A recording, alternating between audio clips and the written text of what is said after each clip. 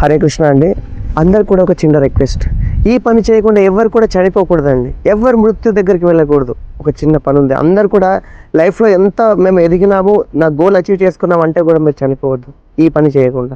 ఏంటంటే శ్రీమద్ భాగవతం 5వ స్కందంలో 5వ అధ్యాయంలో 5వ శ్లోకం చెప్తారు. పరాభవస్తావదబోధ జాతో యావన్న జిజ్ఞాసత ఆత్మతత్వం తావత్ క్రియాస్తావదిదం మనోవై కర్మాత్మకం ఏన శరీరబంధ.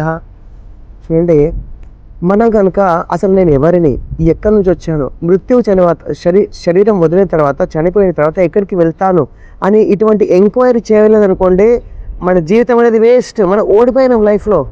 పరాభవస్తావద ఇదో మనోవై అంటే ఈ జీవితంలో పరాభవమే కావచ్చు. బయట ప్రపంచంలో చాలా మనం గోల్డ్ మెడల్ ఇవన్నీ సాధించి ఉండొచ్చు, కానీ శాస్త్రం దృష్టిలో, భగవంతుడి దృష్టిలో మనం ఈ జీవితము అమూల్యమైన జీవితం, చాలా వాల్యుబుల్ జీవితాన్ని ఈ జీవితంలో ఓడిపోయినాం. చాలా ఇంపార్టెన్స్. ఎందుకంటే యావత్ క్రియస్తావత్ ఇదం మనం ఏ పనులైతే చేస్తామో ఈ జీవితాంతం కూడా కర్మాత్మకం ఏన శరీరబంధ, మళ్ళీ ఈ శరీరం ఇంకొక శరీరం తీసుకోవడానికి ఆ పని, అంటే ఇంకొక జన్మ ఎత్తాల్సి ఉంటుంది. భగవద్గీత ఏం చెప్తున్నాయంటే ఇంకో జన్మ ఎత్తకూడదు మీరు, ఇదే జన్మ చివరి జన్మ అవ్వాలి. అందుకని భగవద్గీతలో కూడా కృష్ణుడు ఎన్నోసార్లు చెప్తారు, ఆ బ్రహ్మ భువనాల్లోకి పునరావృత్తినోర్జున మావోపేత కౌంతేయ పునర్జన్మ నా విద్యతే. నా దగ్గరికి వస్తే మళ్ళీ పునర్జన్మ అనేది ఉండదు.